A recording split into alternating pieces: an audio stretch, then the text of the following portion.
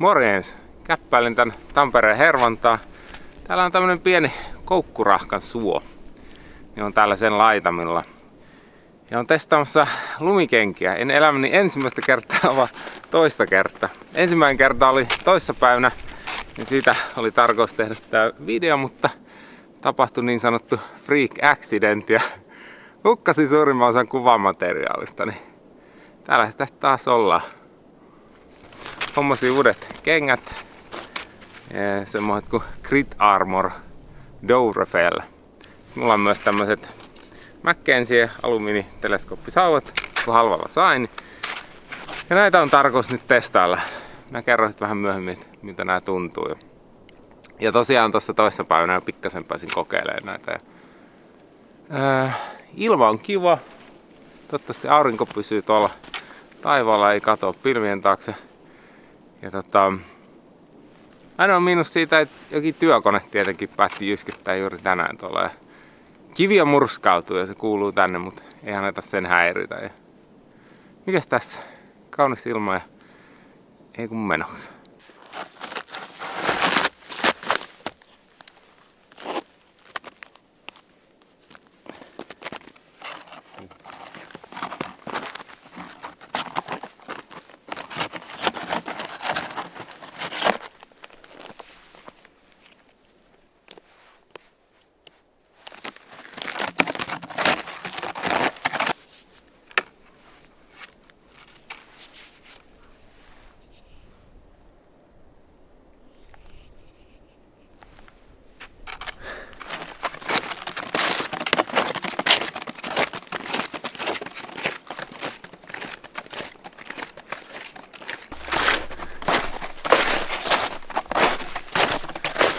Onpa nähty. Tätä on odotettu.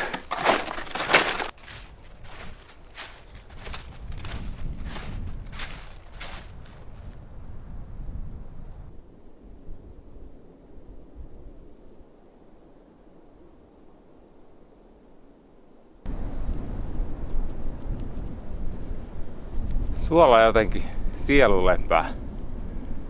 Se on tää avaruus, se tyhjyys.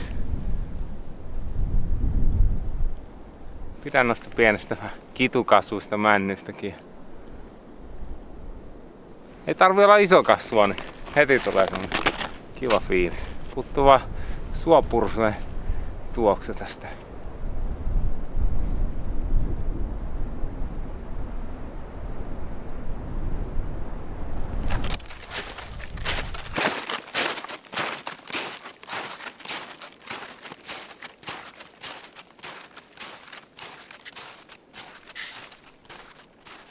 Jaa, nimikirjaimista ei saa enää selvän. Ei tiedä kenen rakkauden tunnustus tuo on.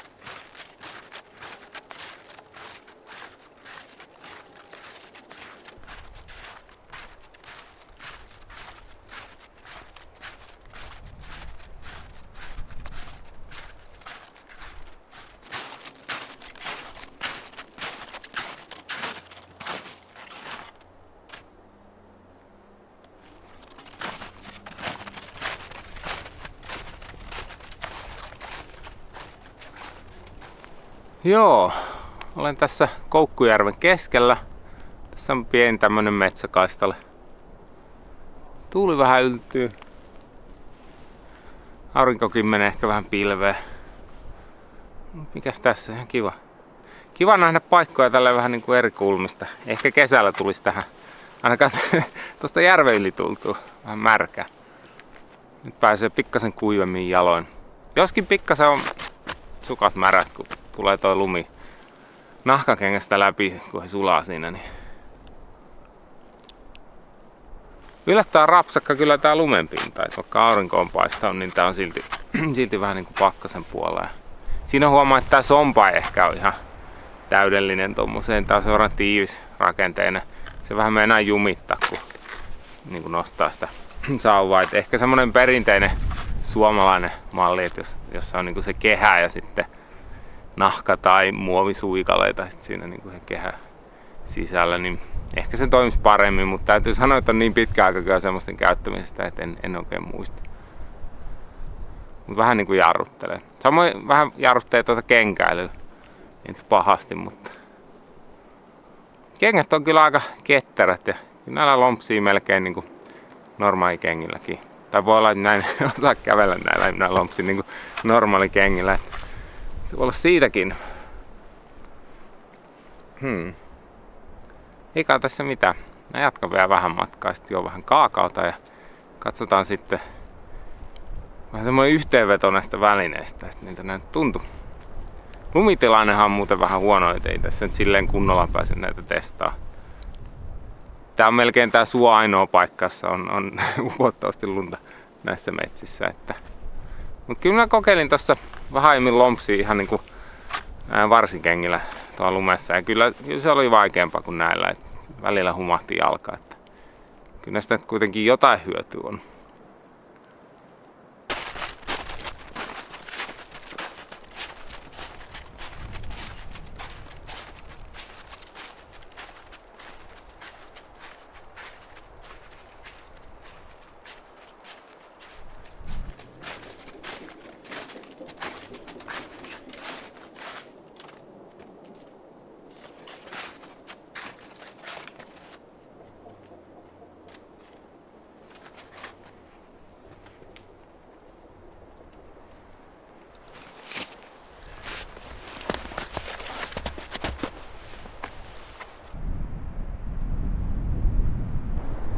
Hieman tuuleen paikka, mutta asetuin silti tähän. Pidän tästä silti. Ja toisekseen tosiaan toi aurinko alkaa kohta hävitä, niin minä en oikeastaan halua mennä tässä pidemmän. Eipä sillä, tähän on piensuo, tähän nyt juoksee ympäri ihan hetkessä, siltä tuntuu. Mut kuitenkin. Tykkään sitä männystä, se on kivaa.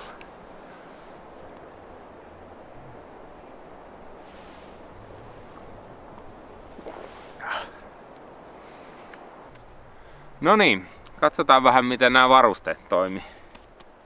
Eli aloitetaan sauvoista. Mackenzie, alumiinisauva, teleskooppi, metsäsauva. Kahva on aika mukava. Tää on vähän muotoiltu. Ja tämmönen vähän niin pehmeä vaahto muovimainen. Ei oo niinku semmonen ihan kaikista halvi muoviköppyrä. Ja hihnoissa voisi olla ehkä vähän enemmän pehmustetta. Ei nyt mikään ongelma, jos on hanskat kädessä. Teleskooppiominaisuus on tosi hyödyllinen.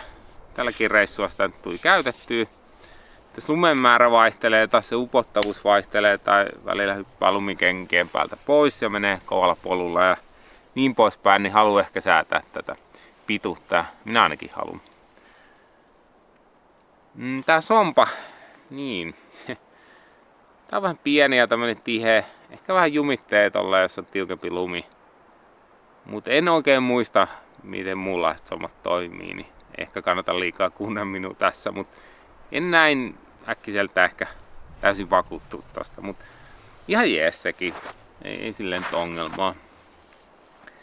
Ja kokonaisuutena sanoisin, että nämä on hyvät sauvat tämmöiseen rymyämiseen vaikka metsässä ja lumikengillä ja niin poispäin. Vahvat sauvat, varmaan alumiiniset, niin kärsii vähän kolatella johonkin purrunkonkin eikä mene heti poikki. Ja en ottais näitä mihinkään sauvakävelyyn tai hiihtoon, erähiihtoon, koska nämä on hyvin painavat. Tai hyvin ja hyvin, mutta kuitenkin nämä on painavat. Toi teleskooppiosuus se tietysti vähän tekee painavammaksi tätä ja sitten kun nämä on alumiinia, niin kyllä se huomaa tämän painon näissä. Se ei ole ongelma tämmöisessä lumikenkälyrymyämisissä, mutta jos pitäisi tehdä jotain pidempi kestosta jotain erämaavaellusta, niin ei ehkä ole sitten kaikista miellyttävin siinä. Kovalla alustalla, kun hän tiukemmin iskee maahan, niin musta tää vähän värähteli ärsyttävästi. Ehkä johtuen tästä teleskooppiliitoksesta, että tähän niinku tuli semmonen minua ärsyttävä värähtely, jonka koin niinku suurempana mitä normaalisti sauvassa. Et se voi olla, että kun se ei ole niin tiukka niinku tosta kohdalta, että se sit vähän tekee semmoista enemmän niinku joustaa. Ei varsinainen ongelma nyt sekään, mutta en lähtisi sauvakävelyyn näillä. Tämmönen hyvä perus rymysauva, edulliset. Nämä maksaa jotain 30, niin mikäs näissä? Sitten nämä lumikengät. Nämä on tämmöiset norjalaiset Grit Armor Dourefell. 9x30 tuumaa. Putkirunkoset, kuten näkyy. Kivan väriset, sopii hyvin takki. Ihan tärkeintä. Ja yleisvaikutelma on laadukas. Nää ehkä sais olla metallia, nää lukitus. Ikään kuin rullattaa tämmöiset, mitä nää onkaan. Mut muuten ei tuu äkkiseltään mitään mieleen. Täällä on alla tämmöiset jääraudat. Näillä en kyllä kävelisi kovin kovalla alustalla. Se varmaan on kaikissa tän tyylissä. Tuskin ne voi olla kovin tukevat. Ja siteet. Siteet tuntuu mukavilta. Et vaikka minulla on tämmöiset barefoot saappaat tai varsikengät, niin ei niinku purista mistään. Et siinä mielessä tää toimi hyvin tää side. Kertaalleen taisin tiukata näitä. En ehkä luottais, että tää nyt välttämättä aina pysyy kiinni superhyvin, koska tässä on, jos tää niinku lukko, vaikka lumen pakkaan tuossa menee vähän niinku tänne suuntaan, niin se pääsee ehkä tää hihna siinä liikkumaan. Tähän voisi ehkä viritellä joku systeemi, että se vetäisi tätä tähän suuntaan. Silloin toi lukitusjuttu pysyisi siinä aina kiinni. Nyt epäilen, että tohon voi aina mennä pikkasen lunta välillä ja sitten se vääntää tätä auki ja sitten pääsee ehkä vähän löystyä toi. Sitten takana kantapäähihna, aika venyväinen. Ja kokonaisuutena nää niin kun antaa jalan kyllä ihan jonkin verran liikkuu, kun kantapäästä kääntyy. Se on ehkä ihan suunniteltuukin, ettei sitten mene polvirikki, jos jumittuu tää kenkä vaikka jonnekin kantoon kiinni. Mutta hieman ärsyttäväksi se meni yhdessä vaiheessa, kun tänne pakkautui lunta tänne kantapäälle. Ja sit kun kenkä tuli siihen, niin se tuppasi vääntää koko ajan jalkaa niin kuin tonne sisäänpäin ja kantapäästä sisäänpäin. Ja sit toi kävely meni hankalaksi. Mut sille ei varmaan voi mitään, se on enemmän lumeominaisuus eikä kengä, näin epäilisi. Ja mitäs muuten? Akseli vaikuttaa tässä kohtuu paksulta ja tohon minä uskaltaisin kyllä luottaa. Ja tässä on tämmöinen kantapäälle tuleva nousussa helpottava rauta.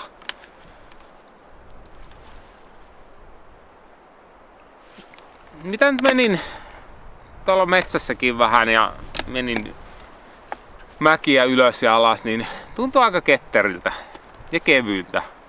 Aloittelijanakin niin tuntui sujuva aika hyvin heti ensimmäistä askeesta alkaen. Sellaiset hintaansa nähden nämä vaikuttaa hyviltä. Mä saan nää puoleen hintaa, mitähän näille olisi jäänyt. En nyt uskalla sanoa, mutta nämä oli hyvin edulliset myös. En äkkiseltään keksin, miten lumikenkä voisi olla ihan hirveästi parempi. Ehkä toi side voisi olla jotenkin parempi, mutta kun ei ole kokemusta, niin hankala sanoa, että miten. Ja toi lukitus tossa vähän niin kuin epäilyttää, mutta muuten side tuntui mukavalta. Ja ei tässä mitään. Ihan tyytyväinen on näihin ja varmaan tulee kyllä käytettyä tälleen rymyämisessä täällä lähiseudulla. Okei, ehkä tää riittää tältä kertaa ja palaillaan sitten taas jollain uudella jutulla. Alkaa tulla vähän viileä, kun toi aurinko meni pilveen ja tuuli yltyi tossa pilvien tullossa myös. Niin mä lähden kotiin. Kaakaokin loppu, niin siellä on lisää kuumaa ja niin poispäin. Okei, morjens!